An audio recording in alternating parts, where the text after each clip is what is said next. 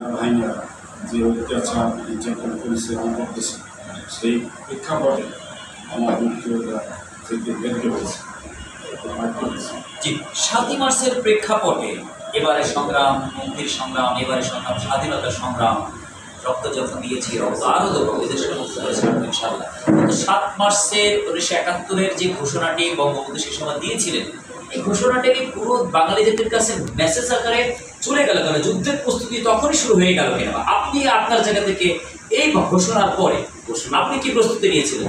ঘোষণার পরে শেখ মুজিব যখন ভাষণে বলছে, আমি যদি তোমাদেরকে কেউ কিছু বলতে নাও পারি, হুকুম দিতে নাও পারি, দিতে নাও পারি, তাহলে যার যা কিছু আছে তাই দিয়ে শত্রু মোকাবিলা করার জন্য প্রস্তুত হবে।